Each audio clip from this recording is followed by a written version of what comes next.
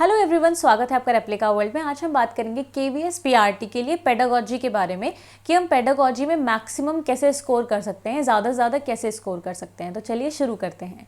तो जैसे कि हमने पीआरटी का फर्स्ट डे का पेपर देख लिया है और अब तो सेकंड डे के पेपर के बारे में भी हमें पता लग जाएगा, जो भी लोग पेपर दे के आए हैं उनके रिव्यू से, कि किस तरीके का पेपर सेकंड डे में आया है। तो फर्स्ट डे की दोनों शिफ्ट में हमने ये देखा कि जो पेडागोजी का पेपर आ रहा है, पेडागोजी के जो क्वेश्चंस आ रहे हैं वो ईजी टू मॉडरेट आ रहे हैं। ज़्यादातर क्वेश्चंस ईजी आ रहे हैं, डायरेक्ट पूछे जा रहे हैं और कुछ क्वेश्चंस हमारे मॉडरेट भी हैं। तो जब केवीएस के पेपर स्टार्ट नहीं हुए तो सब लोग ये एक्सपेक्ट कर रहे थे कि जो पेपर आएगा वो अच्छे खासे लेवल का आएगा। पेडागोजी में एक्सपेक्ट किया जा रहा था कि concept based but practical questions पूछे जाएंगे, बट ऐसा ज़्यादा देखने को नहीं मिला। जब हमने टीजीटी और पीजीटी का पेपर देखा तो हमें ये बात पता चली कि क्वेश्चंस हाँ प्रैक्टिकल बेस्ड हैं, बट उतने डिफिकल्ट नहीं है जितना हमने सोचा था। मॉडरेट लेवल है और कुछ का तो बहुत ईजी लेवल है। तो जब टीजीटी और पीजीटी का कंपैरेटिवली इजी आया था तो एक्सपेक्टेड था कि पीआरटी का जो पेडागोजी आएगा या फिर पीआरटी का जो पेपर आएगा वो और भी ज़्यादा इजी आएगा, क्योंकि वो प्राइमरी टीचर के लिए पेपर है। और यही हुआ, जो पेडागोजी आई और जो और सेक्शंस भी आए वो इजी ही थे। और क्योंकि टाइम बहुत ज़्यादा कम दिया था बोर्ड ने, इसलिए इन्होंने ये जस्टिस भी किया कि इन्होंने पेपर ज़्यादा डिफिकल्ट सेट नहीं किया है। बट माय फ्रेंड, इसकी वजह से एक प्रॉब्लम ये भी आएगी कि कट ऑफ बहुत ज़्यादा हाई जाने वाला है पीआरटी का। टीजीटी पीजीटी का तो नहीं कह सकते, बट पीआरटी का कट ऑफ बहुत ज़्यादा हाई जाने वाला है, क्योंकि क्वेश्चंस सिंपल आ रहे हैं बहुत ज़्यादा हर एक सेक्शन में। चलिए हम बात करते हैं पेडागोजी के बारे में। तो सबसे पहले हम बात करते हैं कि पेडागोजी में किस तरीके के क्वेश्चंस देखने को मिल रहे हैं। तो डायरेक्ट क्वेश्चन देखने को मिल रहे हैं। कोई ऐसे हमें सिचुएशन नहीं दी जा रही है कि हमें कोई कंसेप्ट के बेसिस पे कोई सिचुएशन दी जाए और हमसे हमारे व्यू पूछे जाएं, ऐसा कुछ नहीं किया जा रहा है। डायरेक्ट क्वेश्चन पूछे जा रहे हैं। व्यू वाले जो क्वेश्चन है, प्रैक्टिकल बेस्ड क्वेश्चन है, वो बहुत कम पूछे जा रहे हैं। तो डायरेक्ट क्वेश्चन पूछे जा रहे हैं, उसका मतलब आपको कंसेप्ट की अंडरस्टैंडिंग होनी चाहिए तो आप वो कर जाएंगे। आपको उस बात की अंडरस्टैंडिंग होनी चाहिए तो वो आप क्वेश्चन सही लगा देंगे। तो ये वाली बात है। तो चलिए बात करते हैं कि सबसे ज़्यादा फेवरेट टॉपिक्स कौन से चल रहे हैं इस टाइम केवीएस के, और जिसमें से कि सबसे ज़्यादा क्वेश्चंस देखने को मिल रहे हैं। तो सबसे पहला जो टॉपिक है वो है RTE, right to education act. Right to education act का बोलबाला हमें टीजीटी और पीजीटी में भी देखने को मिला और पीआरटी में फर्स्ट डे में भी देखने को मिला और आगे भी देखने को मिलता रहेगा। तो राइट टू एजुकेशन 2009 जो है वो कब इम्प्लीमेंट हुआ था, कौन से महीने और कौन से साल में इम्प्लीमेंट हुआ था, उसके किस आर्टिकल में क्या है, बहुत सारी ऐसी ऐसी चीज़ें हैं जो कि पूछी जा रही हैं। तो आरटीई के जो आर्टिकल्स हैं वो आपको पता होने चाहिए, वो कब लागू हुआ ये चीज़ पता होनी चाहिए। तो सारी चीज़ आपको पता होनी चाहिए आरटीई के बारे में। तो आरटीई आपको बिल्कुल नहीं छोड़ना है, आरटीई आपको बिल्कुल पढ़ के जाना है। सेकेंड जो बहुत फेवरेट है बोर्ड का टॉपिक वो है एनसीएफ। 2005 से बहुत सारे क्वेश्चंस पूछे जा रहे हैं। तो इस बार आरटीई से भी आपको 3-4 क्वेश्चंस देखने को मिले और एनसीएफ से भी देखने को मिले पीआरटी के पेपर में 3-4 क्वेश्चंस। तो एनसीएफ और आरटीई बहुत ज़्यादा इम्पॉर्टेंट है। तीसरे नंबर पे जो सबसे ज़्यादा इम्पॉर्टेंट है वो है लीडरशिप। तो लीडरशिप बहुत ज़्यादा देखने को मिल रहा है। लीडरशिप के क्वेश्चंस पीजीटी में बहुत ज़्यादा देखने को मिले, टीजीटी में 1-2 देखने को मिले, बट पीजीटी में बहुत देखने को मिले। ऐसे एक्सपेक्टेड नहीं था कि पीआरटी के पेपर में लीडरशिप के क्वेश्चंस देखने को मिलेंगे, बट देखने को मिले। तो इसका मतलब लीडरशिप बहुत ज़्यादा इंपॉर्टेंट टॉपिक है। लीडरशिप के जितने भी तरीके के क्वेश्चन आप प्रैक्टिस कर सकते हैं उतने करिए, और जितने एंगल से इसको सोच सकते हैं सोचिए, क्योंकि 5 से 6 क्वेश्चन लीडरशिप के ज़रूर आएंगे ही आएंगे। तो ये वाली बात आप समझ गए कि leadership is very important topic. Next जो बात आती है वो आती है मेंटल हेल्थ। अब जो नेक्स्ट टॉपिक है जो बोर्ड का सबसे ज़्यादा फेवरेट चल रहा है इस टाइम पे वो है मेंटल हेल्थ।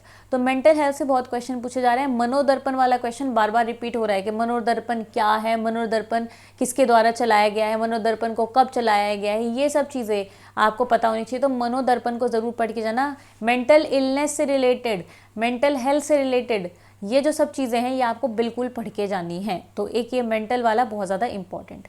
इसके अलावा एक्सपेक्टेड नहीं था कि केवीएस के पीआरटी वाले पेपर में अडोलेसेंस से क्वेश्चन आएगा, और सेकंड शिफ्ट में, फर्स्ट डे और सेकंड शिफ्ट में अडोलेसेंस से भर भर के क्वेश्चंस पूछे गए थे।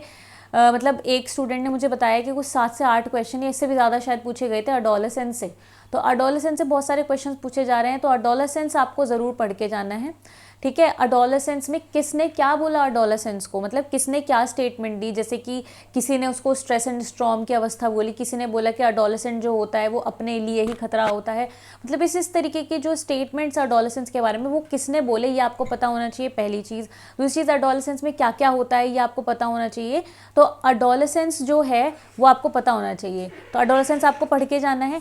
इसके बाद जो हमारा और इम्पॉर्टेंट टॉपिक है अडोलेसेंस के अलावा वो है हमारा डोमेन्स ऑफ डेवलपमेंट, जैसे कि सोशल और जो हमारा सोशल डेवलपमेंट है, फिजिकल डेवलपमेंट है, इमोशनल डेवलपमेंट है, ये भी आपको पढ़ के जाना चाहिए। इसका भी क्वेश्चन आया था। देखिए क्योंकि 60 मार्क्स हैं, तो 60 मार्क्स है तो बहुत सारी चीज़ें हैं उनके पास देने के लिए, बहुत सारी चीज़ें वो देंगे भी, ठीक है। तो हर एक चीज़ हम नहीं बोल सकते कि वो क्या क्या दे सकते हैं, उनके पास पूरा स्कोप है। बट ये वाले जो टॉपिक्स मैंने आपको बताए हैं ये वो ज़रूर डालेंगे, मतलब क्योंकि अभी तक देखने को मिला है तो वो यही ट्रेंड फॉलो करेंगे, इसके क्वेश्चंस ज़रूर आएंगे।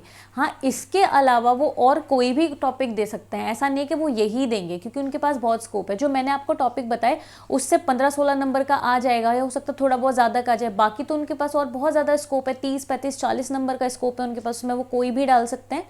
तो इसलिए ये टॉपिक्स तो आपको ज़रूर पढ़ के जाना है, ताकि आपके 15 से 20 नंबर तो कम से कम हो जाएं कि पक्के हैं, आ जाएंगे। बाकी तो इतना कोई डिफ़िकल्ट आ नहीं रहा है, क्योंकि आपने पेडागोजी तो पढ़ी है, ऐसा नहीं है कि आपने नहीं पढ़ी है।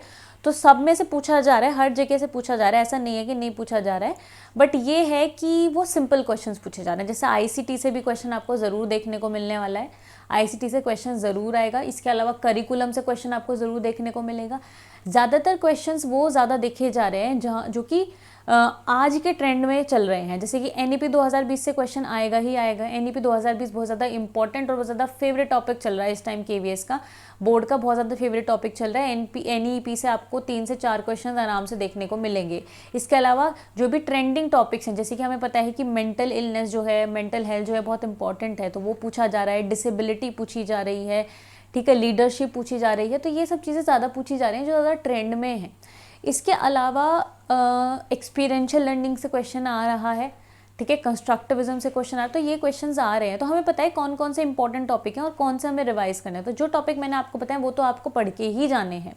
अब चलिए मैं आपको एक ट्रिक बताती हूँ कि कैसे हम पेडागोजी के क्वेश्चन ज़्यादा से ज़्यादा सही कर सकते हैं। कई बार ऐसा होता है कि हमें उस चीज़ के बारे में ज़्यादा नहीं पता होता, सिचुएशन बेस्ड क्वेश्चन होता है, तो हम उसको कैसे सॉल्व कर सकते हैं, या हम ये कहें कि ओवरऑल हमारी स्ट्रैटेजी क्या होनी चाहिए पेडागोजी के क्वेश्चन को सॉल्व करने के लिए।